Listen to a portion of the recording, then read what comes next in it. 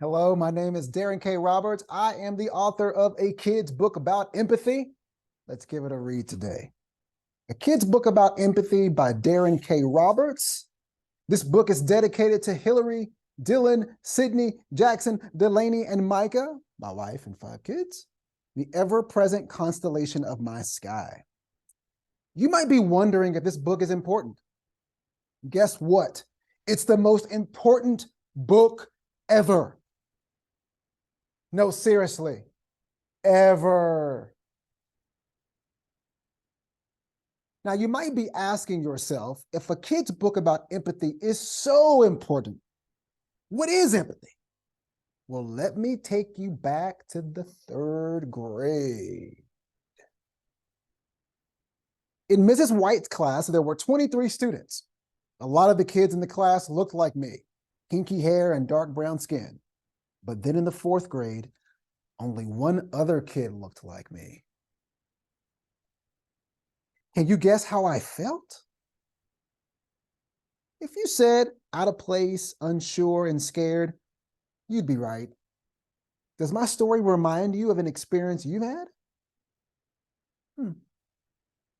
Has anything like that ever happened to you?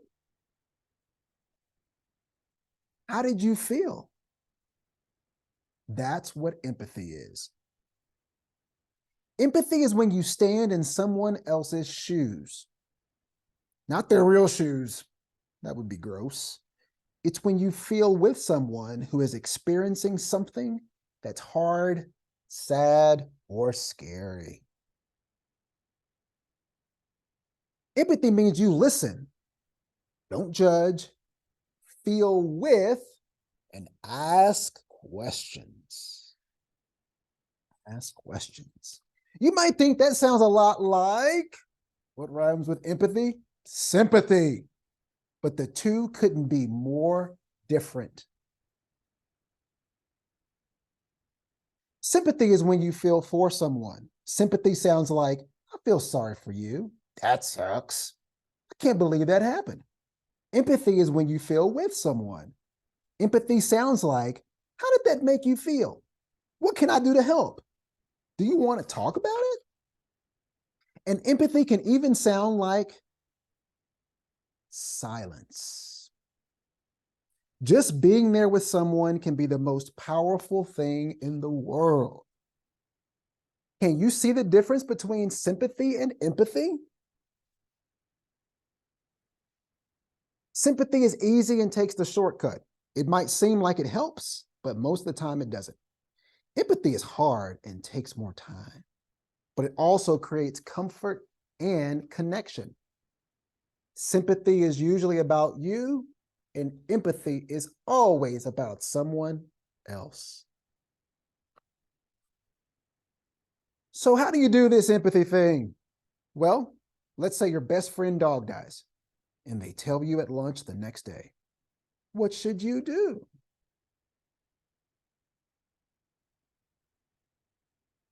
First, take a deep breath. Don't be in a rush to tell them how you feel. Take the time to think about how they feel. Numero dos, listen. You don't have to do all the talking. It's okay to let them share. I know it's hard, but you can do it. Focus on your friend first. Number 3, ask questions. Find out what they're thinking and feeling. Don't judge them or assume anything.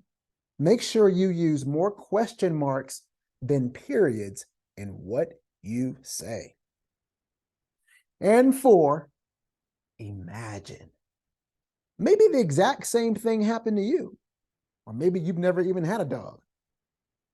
Try to imagine and put yourself in their shoes to feel what they feel. That, my friends, is empathy. Number 1, take a breath. 2, listen. 3, ask questions. And 4, imagine. When you do those things, you feel with someone instead of for them, which is exactly what you want when something is hard, sad, or scary. And make sure no matter what, you don't try to fix them. This isn't about you and how you can make things better.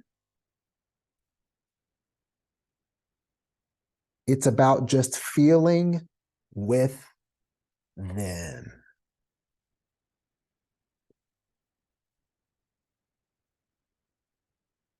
Because empathy is the most courageous and creative thing you can do. The end. Hope you enjoyed my reading. Empathy. It's tough, but the more you do it, the better you get at it. Stay in the deep end.